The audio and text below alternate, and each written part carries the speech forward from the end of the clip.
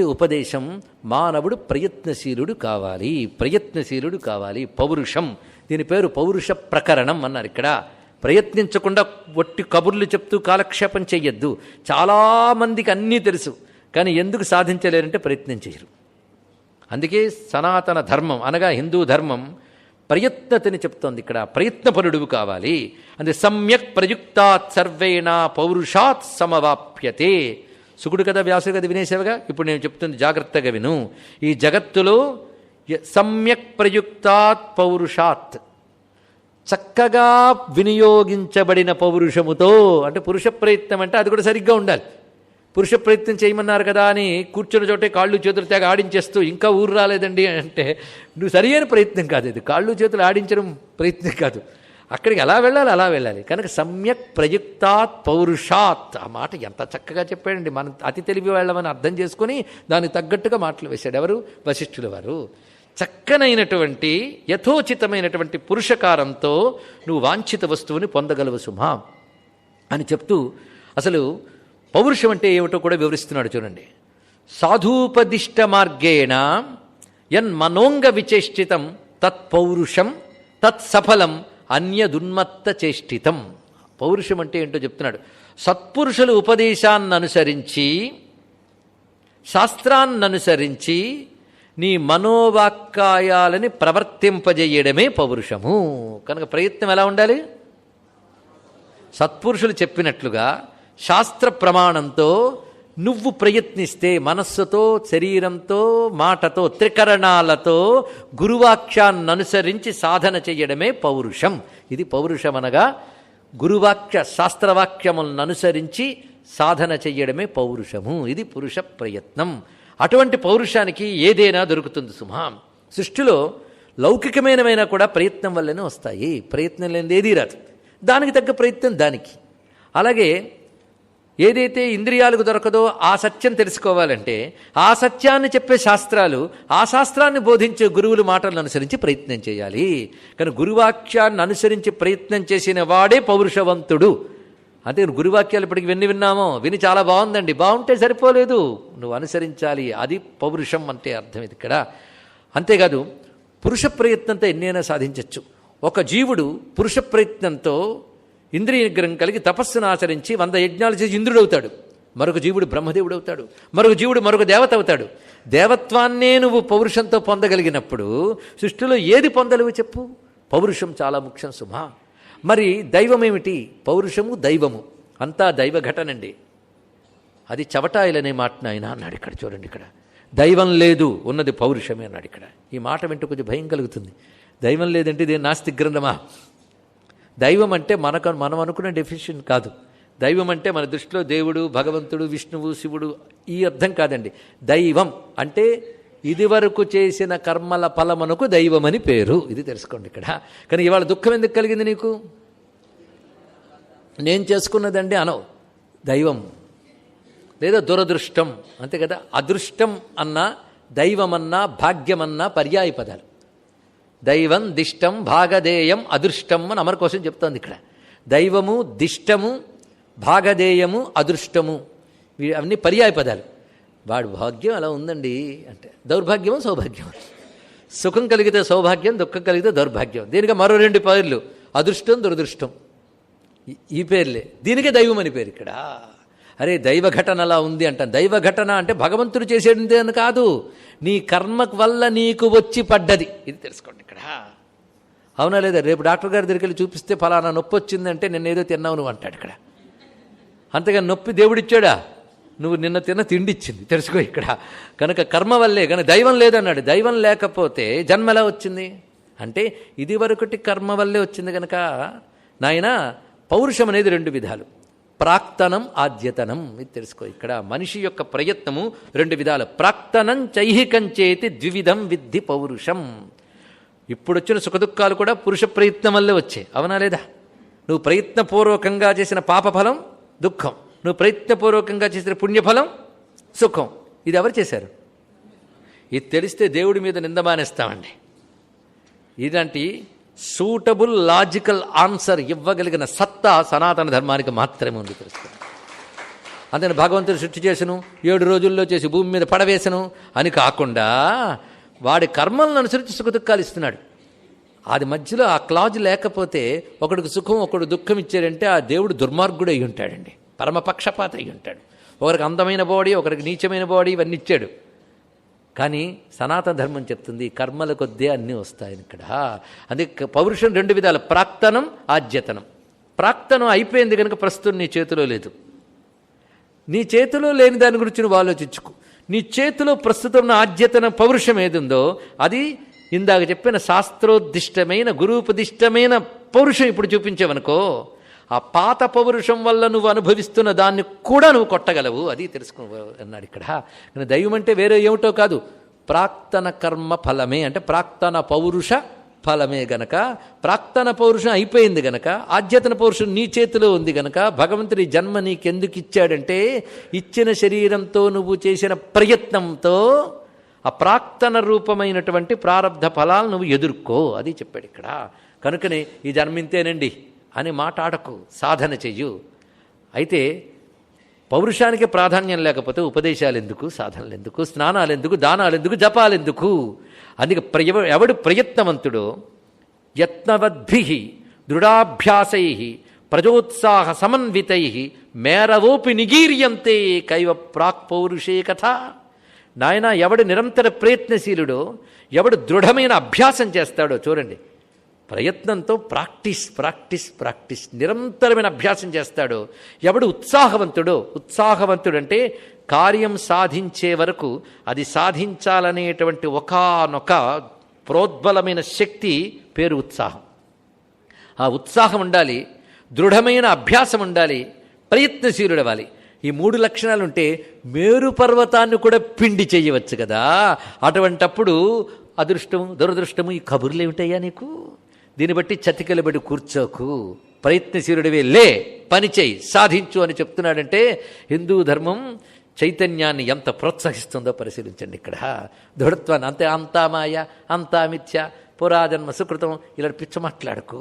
ఇవన్నీ కూడా చవటాయిలు చేతకానితనాన్ని సమర్థించుకోవడానికి మాట్లాడతారు, లేక దుఃఖిస్తూ వాణ్ణి ఓదార్చడానికి మాట్లాడతారు తప్ప ఇవి సత్యములు కావు సుమా. అందుకే ఒకటే గుర్తుపెట్టుకొనైనా పౌరుషం అనేది 2 విధాలు. ఇందాక 2 విధాలు చెప్పాడు, ఇప్పుడు మరో 2 విధాలు. జాగ్రత్తగా వినాలండి. 2 విధాలు 3 విధాలని క్లారిటీ కోసం చెప్తాడు. అయితే మన గంట పైకి వినగానే ఏదో వస్తుంది, దానితో అర్థం కాదు. ఒక్కసారి జడత్వాన్ని తల విదిలించుకుంటే అర్థమవుతుంది. ఇందాక 2 పౌరుషాలు ఏం చెప్పాడు? ప్రాక్తనం, ఆద్యతనం. ఇది వరకు చేసుకున్నది, ఇప్పుడు చేస్తున్నది. ఇప్పుడు 2 చెప్తున్నాడు. ఈ పౌరుషం 2 రకాలుగా ఉంటుంది. సృష్టిలో అందరూ పౌరుషంతోనే ఏదైనా సాధించారు, అవునా లేదా? ఒక నాయకుడు పట్టుపట్టి నాయకుడు అయ్యాడంటే పౌరుషమే, పురుష ప్రయత్నమే. ఇవాళ మీరు ఇక్కడికి వచ్చి కూర్చున్నారంటే పౌరుషమే, లేకపోతే అవుతుందండి? పురుష ప్రయత్నమే. పురుష ప్రయత్నం లేనిది ఏమీ లేదు. సృష్టిలో ఏది సాధించాలన్నా పురుష ప్రయత్నమే. అయితే ఆ పురుష ప్రయత్నం 2 రకాలుగా ఉంటుంది. ఉచ్ఛాస్త్రం శాస్త్రితం చేతి ద్విధం పౌరుషం స్మృతం. పౌరుషం అంటే కర్మయే, పురుష ప్రయత్నం అంటే కర్మయే. ఈ కర్మ 2 రకాలు, శాస్త్రోచితము, శాస్త్ర విరుద్ధము అని 2 విధములు అన్నాడు ఇక్కడ. శాస్త్రం అనగా ధర్మము, న్యాయము, జ్ఞానము. ఇది పెద్దలు చెప్పినటువంటి విధానం. దానికి ఉచితంగా చేసే కర్మ ఒకటి, దాని విరుద్ధంగా చేసేది ఒకటి. కనుక 2 రకాలైనటువంటి పౌరుషాలు ఉంటాయి. ఇందులో ఏది శాస్త్రోచితమైన పౌరుషమో అది పరమార్థాన్ని ఇస్తుంది, ఏది శాస్త్ర విరుద్ధమైన పౌరుషదమో అది అనర్థాన్ని ఇస్తుంది. ఇప్పుడు తెలిసిపోయింది కదా. దీన్ని బట్టి మనం ఇప్పుడు ఏ పౌరుషం చేయాలి? శాస్త్ర సమ్మతమైన పౌరుషం పరమార్థాన్ని ఇస్తుంది, శాస్త్ర విరుద్ధమైన పౌరుషం అనర్థాన్ని ఇస్తుంది. మళ్ళీ మా భగవద్గీత కృష్ణ పరమాత్మ వచనమే, తస్మాత్ శాస్త్రం ప్రమాణంతే కార్యాకార్య వ్యవస్థితౌ. భగవానుడు ఎంత చక్కగా చెప్పాడు చూడండి. దీని సారం అక్కడ కనబడుతుంది. దీన్ని బట్టి గతంలో చేసిన దాన్ని అనుభవిస్తున్నాను అంటే అది నీకు గుర్తుందా? నేను ఫలం నీకు వస్తుంది కానీ ఏం చేసావు నీకు తెలియదు కదా. నీకు తెలియని దాని గురించి ఆలోచించే కంటే నీకు తెలిసింది నువ్వు చేయగలిగింది చేస్తూ పరిష్కారం కోసం ప్రయత్నించు. అయినా దుఃఖం తప్పలేదంటే నీ ప్రయత్నం దానికి తగ్గట్టు లేదని అర్థం అన్నాడు ఇక్కడ. అంతే. ఒక వస్తువుని ఇలా కొట్టాం, పగలలేదు, ఇలా కొట్టాం, పగలలేదు, ఇంకా గట్టిగా కొట్టాం, అంతే కదా. కనుక ఒకసారి పగలలేదు అంటే ఇంకా ప్రయత్నం చూపించావు కదా. కానీ నీ ప్రయత్నానికి బలం పెంచవయ్యా. ప్రస్తుతం నీ పౌరుషానికి బలం పెంచుకో, అప్పుడు ఇదివరకటి పౌరుషం వల్ల వచ్చినటువంటి దాన్ని నువ్వు తొలగించగలవు అంటూ ఇది మనకి త్రిపుర రహస్యంలో ఇదే మాటని దత్తాత్రేయ స్వామి పరశురాముడికి చెప్తారు. అదే ఉపమానం ఇక్కడ కనబడుతోంది. ద్వౌ హుడావివ యుధ్యేతే పురుషార్థౌ సమాసము ప్రాక్తనశ్చ ఐహికశ్చైవ సామ్యత్యత్ సామ్యత్యి అత్ర అల్పవీర్యవాన్. అద్భుతమైన మాట చెప్పాడు. ప్రాక్తన పౌరుషం లేదా ప్రాక్తన కర్మ, ఐహిక పౌరుషం అంటే ఇప్పటి పౌరుషం. ఈ రెండు ఎలాగంటే రెండు పొట్టేళ్లు కొట్టుకున్నట్టు కొట్టుకుంటుంటాయి ఎప్పుడు కూడా అన్నాడు ఇక్కడ. ఇందులో ఏది గెలుస్తుంది? రెండు పొట్టేళ్లు యుద్ధం జరుగుతున్నప్పుడు ఏది గెలుస్తుంది? మీరే చెప్పేశారు, దేని బలం ఉందో దానికి గెలుస్తుంది. కనుక ఒక్కొక్కప్పుడు మన ప్రయత్నం ఫెయిల్ అయిందంటే ఆ ప్రాక్తన కర్మ ఫలం గట్టిగా ఉందని అర్థం. దాని బలం నీకు తెలియదు కనుక దీని బలం పెంచు, ఐహికమైన పొట్టేల బలం ఇది పెంచేవనుకో అంటే గట్టి హ్యూమన్ ఎఫర్ట్ పెడితే దేన్నైనా సాధించగలరు. ఇది చెప్పాడు ఇక్కడ. కనుక నీ ప్రయత్నం మీద అంత ఫోకస్ చేయన్నాడు. ప్రయత్నానికి ఉండవలసిన లక్షణం గుర్తుంది కదా, ప్రయత్నశీలత, దృఢాభ్యాసం, ఉత్సాహం, ఈ మూడు ఉండాలి. అంతేగాని వేదాంతం అంటే నిరుత్సాహం కాదు, వేదాంతం అంటే దీన వదనాలతో చూడడం కాదు. తెలుసుకోండి ఇక్కడ. ఎందుకంటే వాడు వేదాంతి అనగానే మనకు గుర్తుకొచ్చేస్తున్నా ఇదిరో మనకు కూర్చుంటాడని. ఇది కాదండి, గుర్తుపెట్టుకోండి. వైరాగ్యం అనగానే ఇవన్నీ వదిలిస్తే ఎలా అండి అన్నప్పుడు ఏడుపు వచ్చింది అంటే వీడి వైరాగ్యం కూడా సరిగ్గా అర్థం కాలేదని చెప్పిన వాడికి ఏడుపు వస్తుంది. చెప్పు, తెలుసుకోండి ఇక్కడ. ఇవి గ్రహించవలసిన అవసరం. అతఃపురుషయత్నేనా ఈ ప్రాక్తన ఈ పౌరుషం అనే మాట గురించి 3 ప్రకరణాలు చెప్పాడంటే హ్యూమన్ ఎఫర్ట్ యొక్క ఇంపార్టెన్స్ని ఎంత నొక్కి చెప్తున్నాడో మహానుభావుడు. చూడండి ఇక్కడ. హతఃపురుషయత్నేన యతితవ్యం యథా తథా పుంసా తంత్రేణ సద్యోగాత్ ఏనాస్వద్యతనో జయేత్.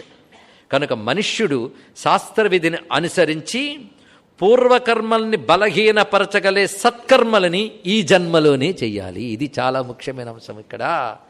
ఎన్ని శాస్త్రం ఎన్ని సత్కర్మలు చెప్పలేదు. 1000 చెయ్యి, తప్పకుండా తరిస్తాను ఇక్కడ. అది హోప్ అండి ఇక్కడ. ఈ జన్మ ఇచ్చినదే ప్రయత్నముతో ప్రాక్తన కర్మల బలాన్ని తొలగించుకుని పరమార్థం పొందడానికి ఇచ్చాడు భగవంతుడు. తెలుసుకోండి ఇక్కడ. ఇది పొందేగా చేయకపోతే ఎలాగయ్యా మళ్ళీ దొరుకుతుంది అనుకోకు. అందుకే నాయన ఇప్పుడు నీకు అనర్థాలు కలుగుతున్నాయి. రోగము, రోష్టో, దరిద్రము, మరో బాధ ఇది కలుగుతున్నాయి. ఇది దేనివల్ల కలుగుతున్నాయి? అనర్థ ప్రాప్యతే యత్ర శాస్త్రితాదపి పౌరుషాత్ అనర్థకర్తృబలవత్తత్ర జ్ఞేయం స్వపౌరుషం. అప్పుడు నువ్వేనుకుంటావంటే ఒకప్పుడు చేసిన దుష్కర్మ బలంగా ఉంది గనక ఇలా వచ్చింది అని తెలుసుకుంటే, కర్మ బలంగా చేస్తే బలమైన ఫలం, అల్పంగా చేస్తే అల్ప ఫలం వచ్చింది తెలిసింది కదా. కానీ సత్కర్మను బలంగా చేయి, ఇప్పుడు తప్పకుండా తరించుతావు సుమా. అందుకే ప్రాక్తన దురదృష్టాన్ని జయించడానికి ఒకటే మార్గం ఏమిటంటే శాస్త్రోచిత సత్కర్మాచరణ. అందుకే ధర్మాచరణ అనే దాని ఇంపార్టెన్స్ ఇప్పుడు తీసుకొచ్చింది ఇక్కడ. ధర్మాచరణ అంటే శాస్త్రోచిత సత్కర్మాచరణ. మోహంతో కానీ, కామంతో కానీ, క్రోధంతో కానీ ఎట్టి పరిస్థితుల్లో శాస్త్ర నింద చెయ్యకు, శాస్త్ర కర్మల్ని విడిచిపెట్టకు. అవి బలపరుచుకుంటేనే కొట్టగలవు. ఎందుకు శాస్త్రం ఏర్పడింది ఇప్పుడు తెలిసింది కదా. అప్రాక్తనమైన దుష్కర్మ ఫలాన్ని పోగొట్టుకోవడానికై చెయ్యవలసిన సత్కర్మల్ని నిర్దేశించే దాని పేరే శాస్త్రము. అందుకు ఉద్భవించింది శాస్త్రం. ఆ శాస్త్రోచితంగా ప్రవర్తించడమే సత్కర్మ. వివేకానంద ఎంత గంభీరంగా ధైర్యంగా ఎలా మాట్లాడాడు అంటే ఈ వేదాంత జ్ఞానం వల్లనే. వేదాంత జ్ఞానం ఉన్నవాడు వేదాంత కేసరి అవుతాడు. అదే ఒక శంకరాచార్య గర్జన, ఒక వివేకానంద గర్జన, జీవన్ముక్తుల బోధ అంత గంభీరంగా ఉంటుంది. చూడండి ఇక్కడ. ఇక్కడ సింహాన్ని చూపిస్తున్నాడు ఈ శ్లోకంలో వశిష్ఠుల వారు. సంసార కుహరాదస్మా నిర్గంతవ్యం స్వయం బలాత్ పౌరుషం యత్నమాశ్రిత్య హరిణేవ అరిపంజరాత్. శత్రువు బంధించినటువంటి బోనులోంచి సింహము ఒక్కసారిగా తెంచుకుని బయటకు వచ్చినట్లుగా నువ్వు నీదైన పౌరుష బలంతో, ఉద్యోగంతో, ఉద్యోగస్తు యథాశాస్త్రం. ఉద్యోగం అంటే ఈ మధ్య దొరికిందండి అన్నాడు ఒక ఆయన.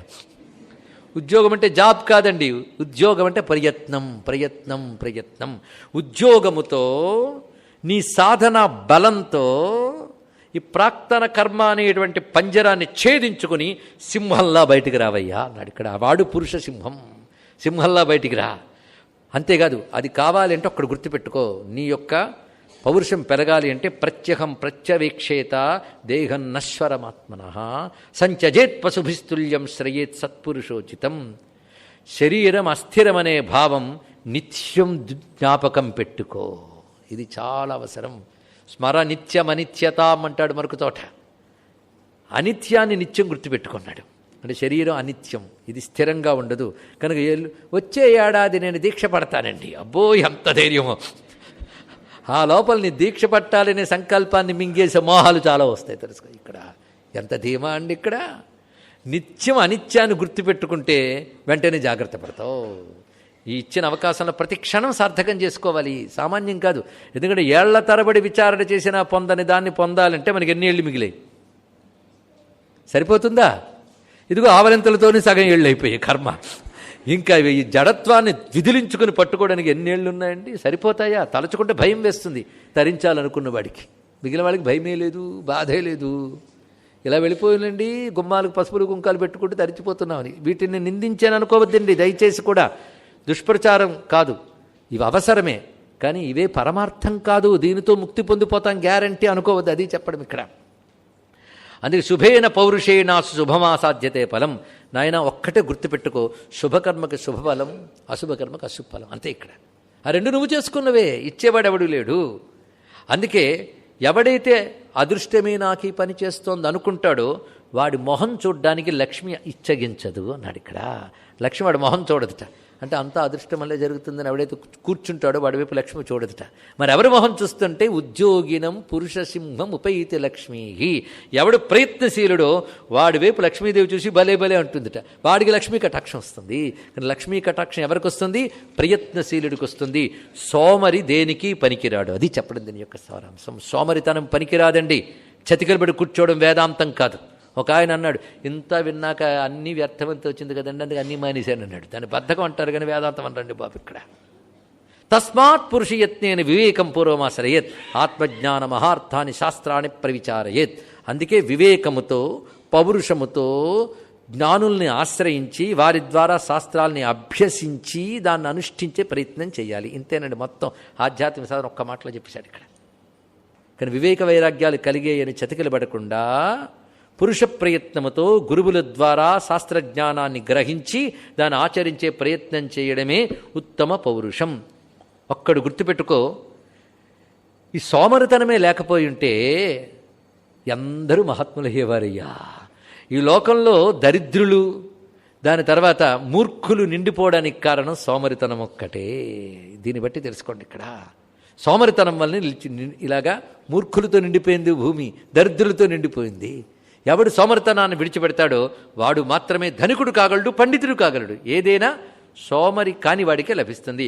ఆలస్యం యది నభవే జగత్యనర్థ కో న స్యాద్ బహుధన కో బహుశ్రుతో వా ఆలస్యాది యమవని ససాగరాంత సంపూర్ణా నరపశుభిశ్చ నిర్ధనశ్చ. కనుక ప్రయత్నహీనుడికి ఒక పేరు పెట్టాలి, నరపశువు అన్నాడు ఇక్కడ. నరపశువు ఏది ఇవ్వబడిందో దానితోనే బతికేసేవాడు నరపశువు. ఉత్తమమైన లక్ష్యాన్ని సాధించడానికి శాస్త్రరీత్యా గురువుని ఆశ్రయించి ప్రయత్నించేవాడు ఉత్తమ పురుషుడు. తెలుసుకో, ఎందుకంటే కల్పితమైన క్రీడలతో బాల్యం గడిచిపోతుంది. అప్పుడు తెలియదు, తెలుసుకునే వయస్సు కాదు. కానీ బుద్ధి పని చెయ్యడం ప్రారంభించిన యవ్వనంలోనే నిత్యానిత్య వస్తు వివేకము తెలుసుకొని సత్సంగాన్ని ఆశ్రయించి గుణదోష పరిశీలన చేసి శాస్త్రాలను అనుసరించి ప్రయత్నించడం మానవుడి కర్తవ్యం. ఎప్పుడు? యవ్వనములోనే.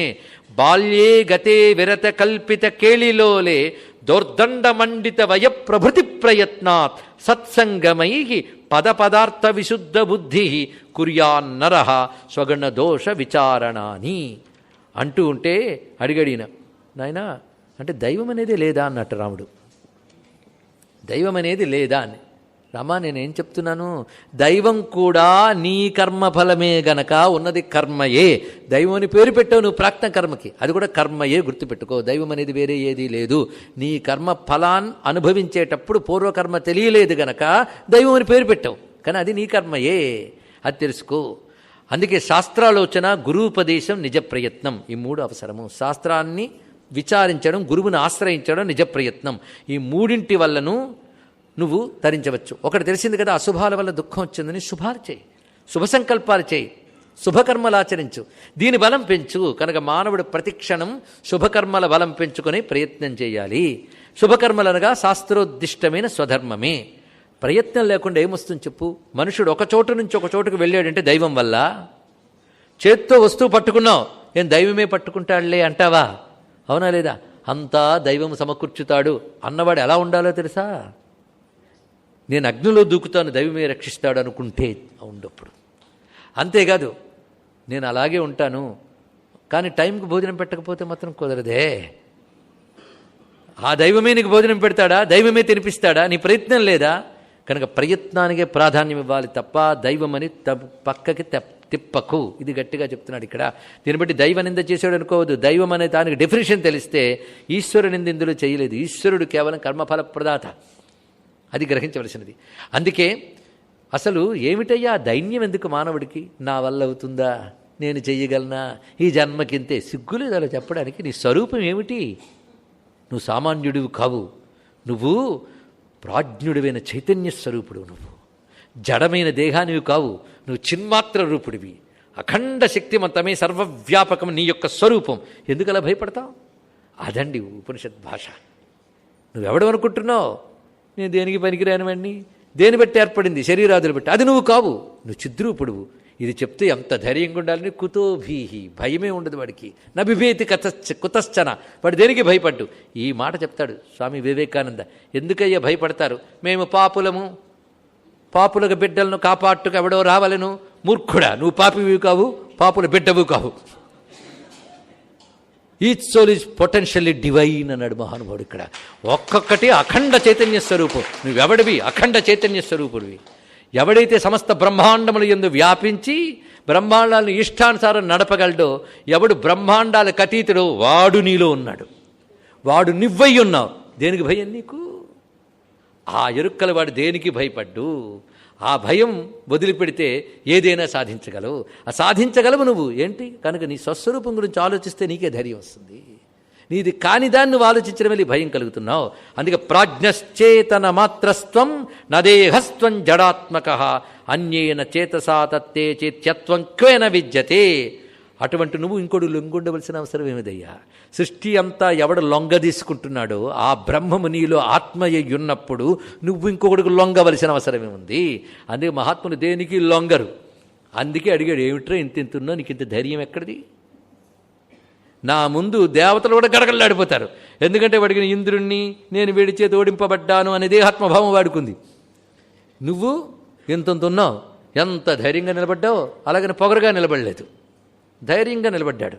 ఎంత ధైర్యంగా చెప్తున్నాడు. ఉన్నాడా లేడా నువ్వు అంటున్న విష్ణు ఉన్నాడు. ఉన్నాడు నేను నమ్ముతున్నాను కనుక అనలేదు, ఉన్నాడు. ఎందుకంటే ఉన్నాడనే మాట విశ్వాసం వల్ల అనట్లేదు, అనుభవం వల్ల అంటున్నాడు మహానుభావుడు. ఆ ఆత్మ చైతన్యంతో తాదాత్మ్యం చెదిపి ఉన్నాడన్నాడు. పిచ్చినాయన నీలా ప్రశ్న వేస్తూ ఎవడున్నాడో సమాధానం చెప్తూ వాడే నాలో ఉన్నాడు. నువ్వు తెలుసుకోలేకపోతున్నావు. ఉన్నాడు అన్నప్పుడు ఎంత ధైర్యంగా ఉండాలి. నీకు ఎవడరా ధైర్యం? ఎవడరా దిక్కు? ఎవడరా బలమంటే బలయుతులకు దుర్బలులకు బలమెవ్వడు, నీకు నాకు బ్రహ్మాదులకు బలమెవ్వడు, ప్రాణులకు బలమెవ్వండు, అట్టి విభుడు బలమ సురేంద్ర. వాడు నాకు బలం. ఆ బలమండి తద్విష్ణోర్బలమాహు. చూసారా, భక్తికి జ్ఞానానికి ఏ భేదం లేదు ఇక్కడ. నువ్వు ఉపాసిస్తూ వేరే అనుకుంటున్న పరమాత్మతో తాదాత్మ్యం చెందిపోతే అంతటా ఆయన ఉన్నాడని నీకు ఎరుకు కలిగితే అంత ధైర్యంగా ఉంటావు. ఎవరి నుంచి భయపడతావు నువ్వు? అంతటా ఆయన ఉన్నప్పుడు నీకు నువ్వు నుంచి ఎప్పుడైనా భయం ఉందా? రాత్రి నన్ను పొడుచుకు చచ్చిపోతాను అని భయంతో ఎప్పుడు ఉండవు. నిన్ను నువ్వు పొడుచుకో, నీ నుంచి నీకు భయం లేదు, ఇంకో దాని నుంచే నీకు భయం. నీలో ఆత్మయ్య ఉన్నవాడు అంతటా ఉన్నప్పుడు దేని నుంచి దేనికి భయమయ్యా? అది గ్రహించవలసిన అంశం. అందుకే నువ్వు చైతన్య రూపుడివి, ఇది గ్రహించు. నువ్వు ఇంకోదాన్ని లొంగవలసిన అర్థమే ఉంది. అంత చక్కగా బోధించాడు. అందుకే నీకు అశుభవాసనలు ప్రబలమై కష్టపెడతాయని భయం ఉంటే శుభవాసనలు బలంగా చెయ్యి. ఆ చెయ్యగలిగిన శక్తి ఏదో అది నీలో ఉన్నది. ఇక్కడ అది చెయ్యు. అది ఎలా వస్తుందంటే అభ్యాసము చేత. ఇప్పుడు మరొకటి చెప్తున్నాడు. నిజంగా శ్రద్ధాళువులుంటే వెంటనే కోర్సు తయారైపోయింది, అది సిస్టమేటిక్గా చెప్తున్నాడు. ఇప్పుడు మనకి పౌరుషం ప్రధానంగా తెచ్చుకో. ఇదివరకటి వాటి వల్ల దుఃఖాలు, నా వల్ల అవ్వట్లేదు, పిచ్చి మాటలు పక్కన పెట్టు. నీ ఎఫర్ట్ గట్టిగా చెయ్యి. అది ఎలా చేస్తావంటే అభ్యాసం పెంచుకో. అభ్యాసం అంటే నిరంతర కృత్యం. అలా చెయ్యాలి. ఎందుకంటే వాసన ప్రబలమయ్యేది అభ్యాసం చేతే. ఒక కోరిక కానీ ఒక కర్మ కానీ నిరంతరాయంగా అదే చింతన వల్ల వాసనగా గట్టిపడుతుంది. ఆ వాసన శరీరాదుల్లోకి వస్తుంది.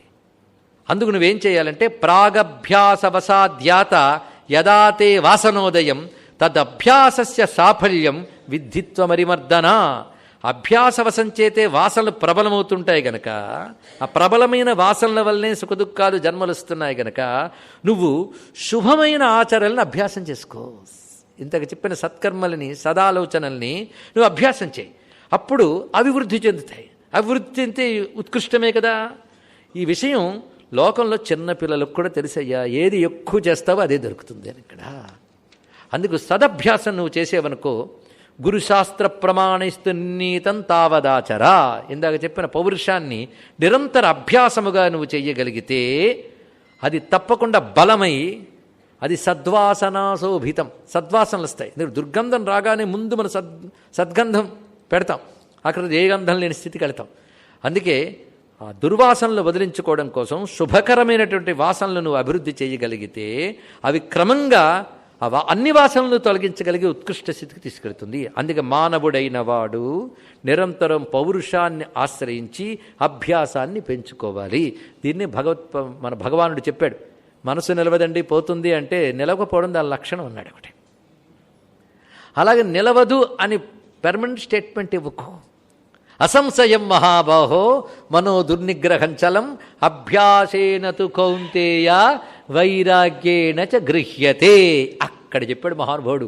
వైరాగ్యేణ అది ఎలాగో వచ్చింది, లేనిదంతా అభ్యాసం. అది ఇప్పుడు తెచ్చుకున్నాడు ఇక్కడ. అది అభ్యాసం, అది చూపిస్తున్నాడు. పౌరుషాన్ని అభ్యాసముగా చెయ్యుట. అక్కడ అభ్యాసం ఉన్నది.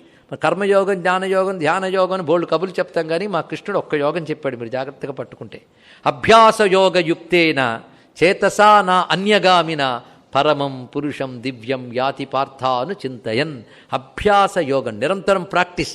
అరే లోకంలో చేతకాని వాడు నిరంతరం ప్రాక్టీస్ చేసి ఒక విద్యకు సర్టిఫికేట్ తెచ్చుకుంటున్నాడు, ఇంకా ప్రాక్టీస్ చేసి ఉద్యోగం తెచ్చుకుంటున్నాడు, ఇంకా ప్రాక్టీస్ చేసి ఏదో సంపాదిస్తున్నాడు. అంటే ప్రాక్టీస్ చేత ఏదైనా పొందవచ్చు అని చెప్పినప్పుడు సత దీర్ఘకాల నైరంతర్య సత్కారాశైవితో దృఢభూమి అని పతంజలి చెప్పినట్టు నిరంతరం అంటే ఎడతెరిపి లేకుండా బహుకాలం సాభ్యాసం చేసినట్లయితే తప్పకుండా పరమార్థాన్ని పొందగలం. అభ్యాసం చిన్న వస్తువుకి ఇంత అభ్యాసం కావాలన్నప్పుడు పెద్ద లక్ష్యానికి పెద్ద అభ్యాసం కావాలి. అందుకే సామాన్య అభ్యాసం సరిపోదు, అతిశయమైన అభ్యాసం కావాలి. అతిశయమైన అభ్యాసం ఉంటే పరమార్థం తప్పకుండా తెలియబడుతుంది. ఆ పరమార్థమే బ్రహ్మ విద్య. ఆ బ్రహ్మ విద్యయే ఆ తల్లి పరాశక్తి. అందుకే అభ్యాసాతిశయ జ్ఞాత, అభ్యాస అతిశయ జ్ఞాత. ఈయన యోగవాసిని చెప్తున్నాడా, భగవద్గీత చెప్తున్నాడా, లలితాశాస్త్రం చెప్తున్నాడా? అక్కడే చెప్తున్నాడు అభ్యాసం. అభ్యాసం ఇప్పుడు తెలిసింది కదా. అందుకే ఇప్పటి వరకు చెప్పుకున్న దాన్ని సమీక్షించి ఒక్క మాటలో చెప్పాలి అంటే, నాయన వైరాగ్య జ్ఞానములు కలిగినటువంటి వాడు తప్పకుండా ఇహంలోనే సుఖంగా ఆనందంగా ఉండగలడు. వాడికి దేహం పోతేనే ముక్తిని కాదు, ముక్తుడై కూడా దేహంతో ఉంటాడు. దేహంతో బంధింపబడ్డు, ప్రపంచంతో బంధింపబడ్డు, సుఖదుఖాలకు లోను కాడు. ఆ స్థితి పొందాలి అంటే వివేక వైరాగ్యాలు ఉన్నంత మాత్రాన సరిపోదు, అది పౌరుషం దానికి జత కావాలి. అనగా గురువు శాస్త్రము చెప్పినటువంటి పద్ధతిని అనుసరించి ప్రయత్నశీలుడు కావాలి. ఆ ప్రయత్నం నిరంతరాయంగా చెయ్యాలి, దాని పేరు అభ్యాసం. ఈ అభ్యాసము చేత కూడినటువంటి పౌరుషముతో ఏకాగ్రంగా నేను చెప్పింది విను అన్నాడు ఇక్కడ. అత పౌరుషమాశ్రిత్య శ్రేయసే నిత్యబాంధవం ఏకాగ్రం కురు యచ్చిత్తం శృణుచోక్తమిదం మమ. నిత్యబంధువు ఎవడో తెలుసా చెప్పండి? మనస్సు. మనం వదలకుండా బంధం మనస్సుకు ఉంది. మనస్సు దేంతో బంధం పెడితే వాడు బంధువు అంటాం, కానీ అసలు బంధువు మనస్సే. అవును కదా. నిత్యబంధువైన బంధువుని, మనస్సుని నీ శ్రేయస్సు కోసం పౌరుషాన్ని ఆశ్రయించి ఏకాగ్రం చెయ్యు అన్నాడు. అంటే చిత్తాన్ని ఏకాగ్రం చేసి పౌరుషంతో ప్రయత్నశీలుడివై శృణుచ ఉక్తం ఇదం మమ, నేను చెప్పిన మాట వినవయ్యా అన్నాడు ఇక్కడ. దీన్ని బట్టి సాధకుడికి కావలసినటువంటిది అభ్యాస రూపమైనటువంటి పౌరుషము. ఇది చాలా ప్రధానము. పౌరుషమనగా గురువులు చెప్పినటువంటి శాస్త్రవాక్యాన్ని ఆచరించడమే పౌరుషము. అది సత్పౌరుషం. శాస్త్ర విరుద్ధంగా ప్రవర్తించే పౌరుషములు ప్రమాదకరములు. ఇది గమనించవలసిన అంశం ఇక్కడ. కనుకనే కర్మ మీద వదిలేయకుండా, దైవం మీద వదిలేయకుండా నువ్వు తరించగలను అనే విశ్వాసంతో దానికంటూ సాధన చేసే తప్పకుండా పొందగలవు అనే ఒకానొక ధీమా, ఒకానొక భరోసా ఇచ్చినటువంటి యోగ వాసిష్ఠానికి నమస్కారం చేస్తూ స్వస్తి. రామాయ రామభద్రాయ రామచంద్రాయ వేధసే రఘునాథాయ నాథాయ సీతాయా పతయే నమః. శ్రీమద్రమారమణ గోవిందో హరి గోవింద. నమః పార్వతీపతయే. హర హర మహాదేవ.